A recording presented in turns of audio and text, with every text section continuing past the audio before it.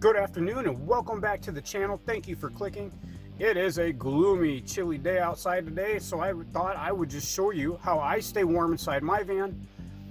Hopefully this is interesting to you and helps you out in your van or your small space that you need to warm up.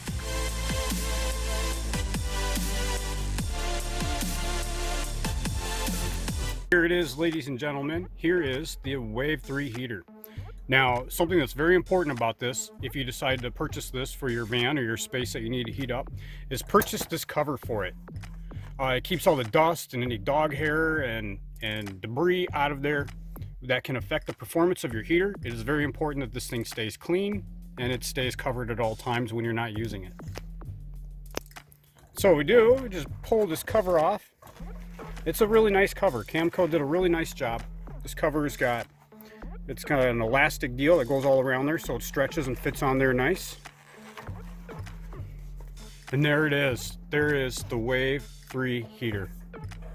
All its shininess. I've used this thing for over a year now. It's made it through wintertime. It's made it through freezing cold. This thing has been just great. And it's the most easiest heater to start and use at any time. It is a radiant heater, so there's no fans or anything. It doesn't drain on your batteries. And it can take a minute to really get the heat everywhere you would like it to, but as soon as that radiant heat starts touching things start to change immediately. All right, on the side of the stove, you notice here is where we have our gas coming in and connected. I recommend taking some Teflon tape, putting it around the threads before you screw this on there. And if you have your unit like I have mine, which is mobile, can be put anywhere, before I ever start this, I always check and make sure this is all nice and tight. Also, by using a little bit of soap and water, you can take and put that on your connections, and if it starts bubbling, then you know you've got an issue. Just some good regular practice to have. Okay, so just a little bit about this heater, things that you need to know right up front. It is a completely metal device. The only plastic you're going to find is on the knobs. On the right hand side, this is where you'll find your knob. That'll be for off and low and high. And on the other side is where you have your striker button. So you got a push button ignition. It works really well, works every time. This heater has worked flawlessly. Okay, dimensions for this bad boy. You're looking at 11 3/4 inches tall by 10 1/4 inches wide by 3.5 inches deep. Okay, to start this heater is super simple. Couldn't get any easier. So what you're gonna do first is I'm gonna do this one-handed, so it might get a little tricky.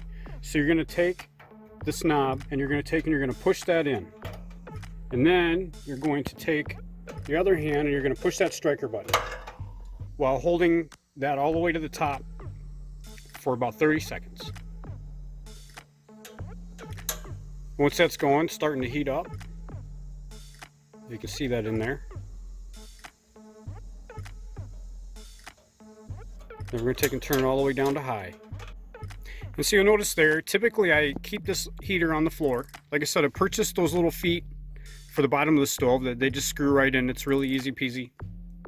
And it just sits down there on my floor.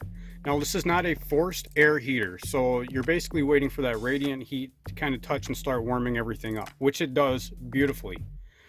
So without going through the extra expense of buying a forced air heater that takes charge out of your batteries and takes more fuel and adding extra fuel tanks and things like that. So what I do is I just turn on my little fan. My little DC fan does wonders. So I just take and turn that on and face that up at the ceiling, and that helps move all that air around up top, keeps everything all nice and even and circulating.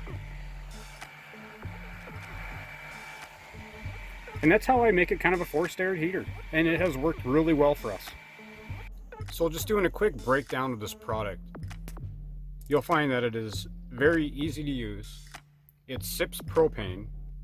It doesn't use any electric, so there's no constant drain on your batteries. 3000 BTU in a space like this is more than sufficient. Now, if you are in something bigger like an RV or something more than 100 square foot, you may want to get like the Wave-6. Here it is in the dark. You can see that in there. That's with it on high, as it's starting to heat up that mat in there. Isn't that pretty? That looks warm, doesn't it? It feels warm already. So if that seemed like it went by really fast, it's because it really is just that easy. This is really a no fuss heater. There's no wondering if it's going to work this time. It uses no electric, so there's no drain on your batteries. So if you don't have solar, no problem. If you're not carrying other power units, no problem. It works out great. Takes no energy, just sips the propane, and it's very safe. Keeping things about 3 feet away from the front of it is ideal, just like the instructions say. So who would this be for? This product is great if you are doing van life. If you like to work on vehicles or in a garage, it would be a great application there. If you need to heat up a room, this thing works great. Okay, so there's some of the specs for you on this bad boy.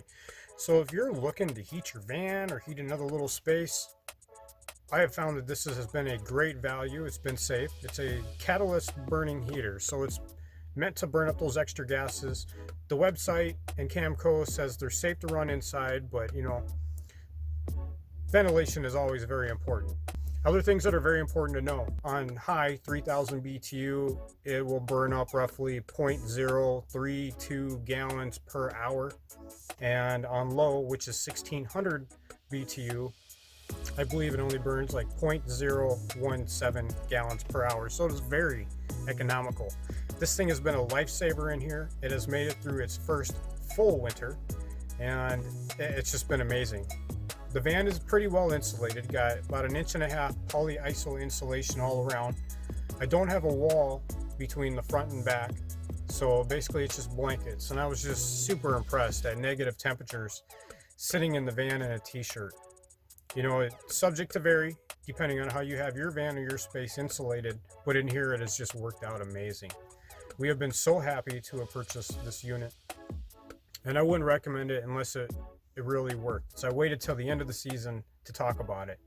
And so here it is, Camco Wave-3 heater. They do make bigger units, a Wave 6 and a Wave 8, I believe. And I believe that's 6,000 BTU and 8,000 BTU, which would just turn this into an inferno. Anyway, guys, if you have found this helpful, interesting, and you'd like to see more, hit that subscribe button. Give me a thumbs up if this review helped you, gave you the details that you needed to make a concise decision for yourself. If so, I'm really glad for that. Till next time, we'll see you in the next video. Thank you for watching this review. Again, hope it helped. Have a wonderful day.